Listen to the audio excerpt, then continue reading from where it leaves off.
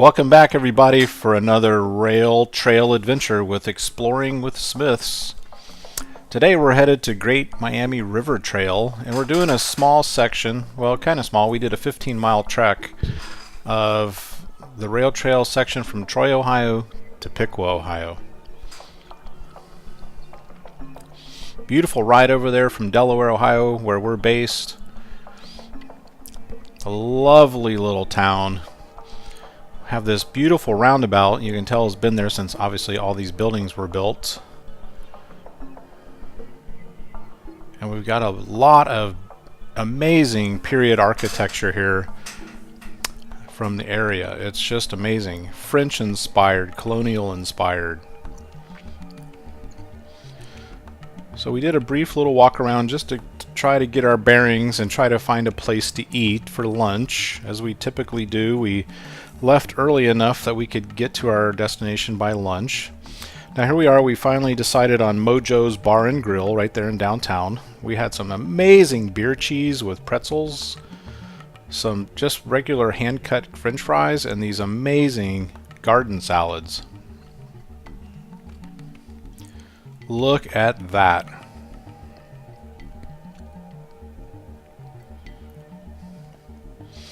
So after lunch we just took a walk around. We wanted to grab a nice cup of coffee. We spotted a chocolate shop that also served coffee, but off in the distance there, look at that rotunda there from the county seat of Miami County. Wow, what an amazing building. Had beautiful fountains. I think we get another good shot of it later here in the video. But I'm telling you guys, if you're living in the area and you're looking to do the rail trails in Ohio, this is, after we finished this ride, we said this has got to be one of the best trails we have ever been on in Ohio due to the variety. And also you've got this beautiful little town, and they have a strawberry festival here. There's just loads of history, guys, up and down the Miami River Valley. Now the total content of the Miami River Valley Trail System is 400 miles.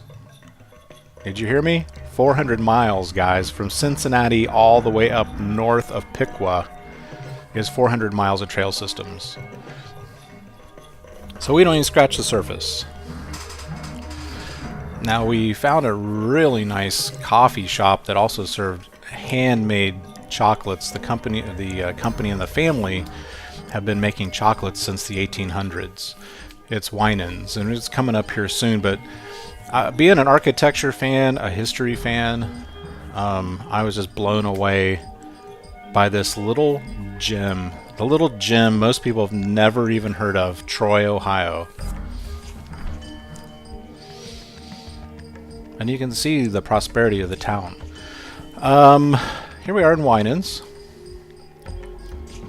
Just a great little shop. We have coffee beans. They'll grind them for you if you'd like to. And then a whole case full of, just little delectable goodies. We picked out a couple pieces of chocolate apiece. We had a nice, I think it was called a caramel kiss. It's very similar to the caramel macchiato, except I think it was better.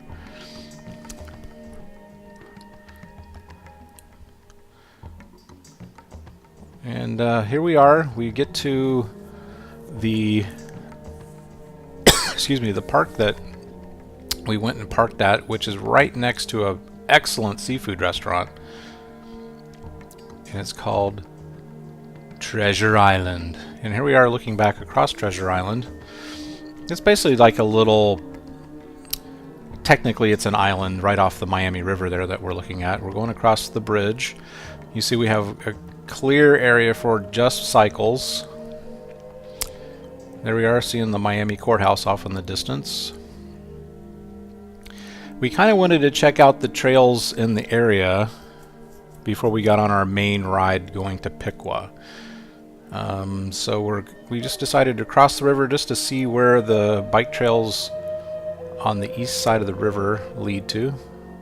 And you see there the weather's high. We've had a lot of precipitation in the last couple weeks. here in central and western Ohio, and the river's running high, but no flooding. Pretty well maintained trail. Few cracks, a few little bumps.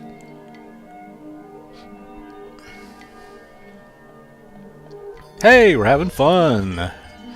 Got another ride. There I am with my signature orange shirt, and I want to be visible. Even on the rail trails, guys, I want people to see me coming. And there's a nice look back across that brick building off in the distance. There is the boathouse, the Smith's Boathouse Seafood Restaurant, which we will be eating dinner later, and we'll have footage for that for you. Lots of little goodies for you on this ride, guys. You got to get to Troy. You've got to do this ride. Especially if you love seafood. This seafood was amazing for Ohio.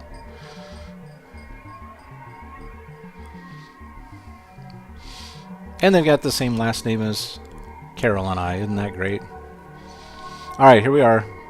We went back the other direction. The trail that you saw us there on a second ago, that dead-ended onto a road where you had to ride up a road a little ways to pick up another section of the trail.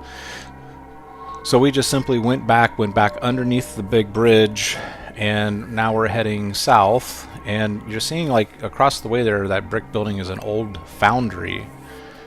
You can see the influence that the river had on this town as it was part of the Erie Canal system. So a big floodplain down here. I'm sure this floods periodically.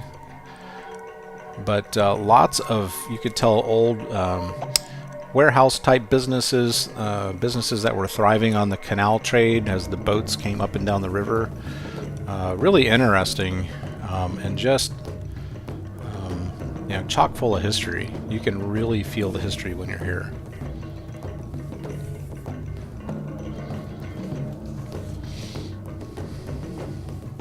And right across the way there was the Overfield Tavern. It's the oldest building in Troy. And here we are. They have these little swings up along the way. This is like the flood dike. They had swings and benches. This was marked for cyclists, so you could definitely cycle on this little section of sidewalk here. And we've got a gazebo, just a little park down there. They had a big water park for the kids. Off in the distance, slides and different water features that the kids could play in. Historical markers. If you wanted to come here and walk your dog and just chill, if you're not an avid cyclist, still things to do, still things to see. Now here we are. We started on our regular ride, and off to the right, I'm panning to the left here, but this is a really historic area, guys. If you're into industry and you follow industry, I'm going to pan back to the right here. This is the home of Hobart. Now, Hobart is a company that's been around for well over 100 years. They make equipment for the restaurant industry, ovens, all kinds of things, mixers, and they also are big innovators in welding technology. So it's the Hobart brothers, which started here back in the early 1900s. I want to say 1903. We'll get into some of the history here once we get on the main trail ride. And this is what I'm saying. That's what we really loved about this trail, is the diversity. We started at a really nice park, Treasure Island. It's got a seafood restaurant that's open in the evenings. It's open for a brief period for lunch. And then we cut across the road. There's a bicycle shop right there at Treasure Island. So if you need anything for your bicycle, it's right there. And then you come through this beautiful little quaint neighborhood that's got the home of Hobart. And you can see it's just basically deserted. This was on a Saturday. And it's just deserted, so there's no one around. It was so peaceful, so quiet. Everything's clearly marked for the cyclists to get over to the main trail system. And this is still part of the trail system. It's just Not what you think of when you think bike trail. You think, you know, woods and streams and birds and bees, but this is a nice change, actually. It was really a nice change. So we're getting closer. We're getting on to the edge of town here.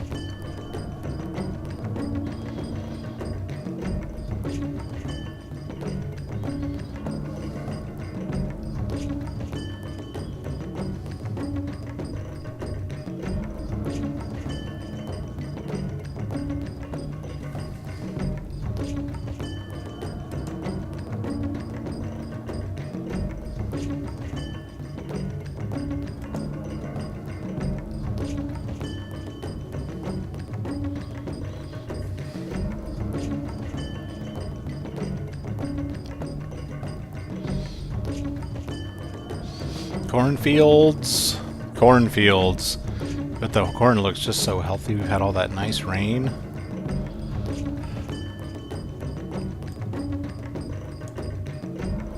And the trail just twists and winds. Now this was interesting. We stumbled upon a dedicated area to Chemlawn, which is interesting to me because I was once an employee of Chemlawn back in the early 90s. It's what got me on the road to starting my own lawn care business. Great company to work for back in the day. And here we go. We have a historic covered bridge. It's actually still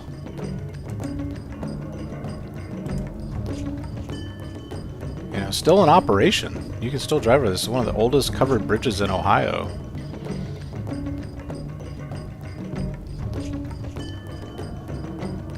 It's actually in a remarkable shape.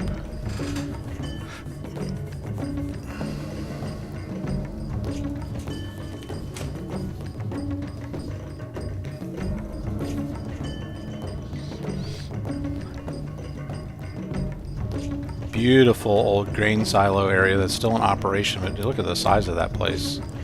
So this is kind of really the start of the more of the wooded part of the trail. And I did want to tell you just a little bit of brief history about the history of Troy, Ohio. Now Troy was incorporated in 1814, but settlers started coming in 1808, and a lot of the first settlers were either Revolutionary War veterans or children of Revolutionary War veterans that were venturing west to ply their trades and to seek their fortunes, as it were. So basically the first building that was erected, and rightly so, was a tavern, and it was erected by Benjamin Oberfield. He was a Pennsylvanian who moved west, and he decided Miami County was the right place to put down roots, and he opened the Oberfield Tavern in 1808 on the west bank of the Miami. Now the tavern is still there today, as I said, and one of the many buildings that's listed on the Troy's National Register of Historic Places.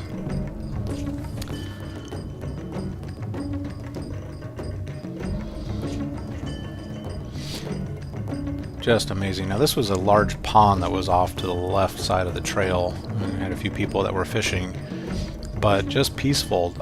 We just saw a handful of people on the trail that day. Just super, super peaceful. Now, the city's early years were devoted to building a community, and that's not an easy job, back then on the frontier. And as things turned out, the city's biggest battle wasn't with the Native Americans or with the British during the War of 1812. It was with the neighboring city of Piqua, which is where we're riding today, and they fought over who was going to be the county seat. Well, obviously, Troy won that battle, as they are the county seat of Miami County, and they have an amazing courthouse, I gotta say. Just spectacular.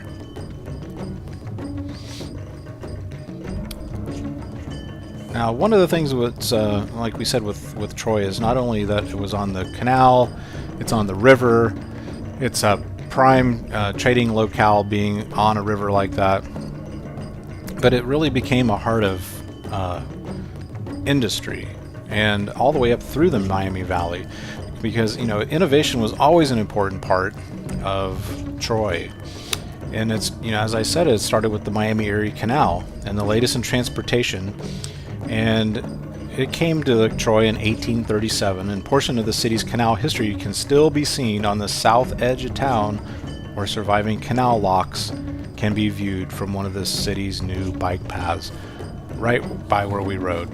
Now, we didn't go far enough south to see the actual locks, but we did hear folks in the restaurant talking about it. Now, the importance of agriculture to the area's growth was highlighted by the first Miami County Fair in 1847, and the fair is still held in Troy each year and serves as a reminder of the role agriculture continues to play in Miami County and really throughout Ohio, guys. Just great agricultural state. And being in the agricultural business, I can tell you it's very strong in this state. Now, the town continued to steadily grow all through the 19th century, but it was the creativity of a new breed of entrepreneurs that brought the city new prosperity in the opening years of the 20th century. The Hobart Manufacturing Company, which eventually became one of the world's foremost commercial food equipment companies, and Hobart Brothers Company, a world leader in welding, were both founded in the early 1900s. And soon after, Clayton Bruckner bought his Western Aviation Company to Troy.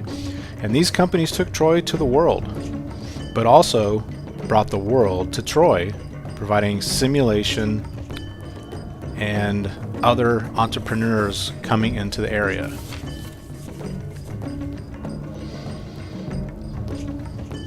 Now, this is this beautiful bridge. They've had to spend, I don't know, upwards of $1 million on this beautiful brand new bridge just for cyclists, and it is beautiful.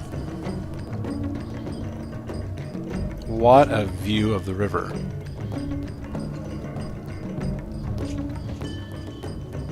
And you can see here the countryside here, guys, is just spectacular. Easily several spots along the way, the covered bridge park, other parks along the way. If you don't want to eat at a restaurant, or eat dinner at a restaurant like we do on our bike rides, you know, bring a cooler strapped to the back of your bike, you know, and have a picnic along the way. Now, here was a nice little waterfall we discovered right beside the trail. And it was right across the road from another park you could sit, had picnic tables, bathroom facilities.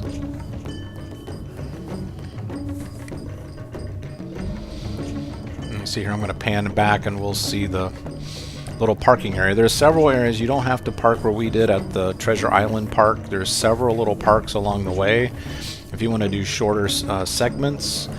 The total segment we did from Treasure Island to Piqua and back was right at 15 miles, almost exactly. So that's actually a really nice ride for us. It's not too much. It's just right. It gives us a nice workout. And here we are. We're kind of just south of Piqua at this point. And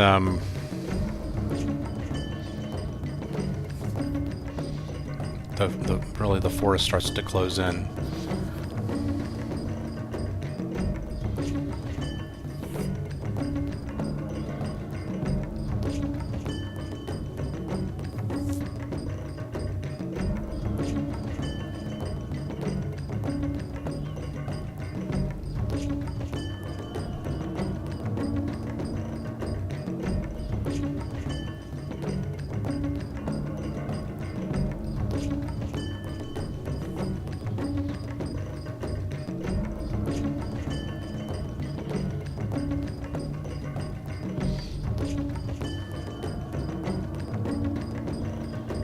Here we are, we're headed back. We're almost back.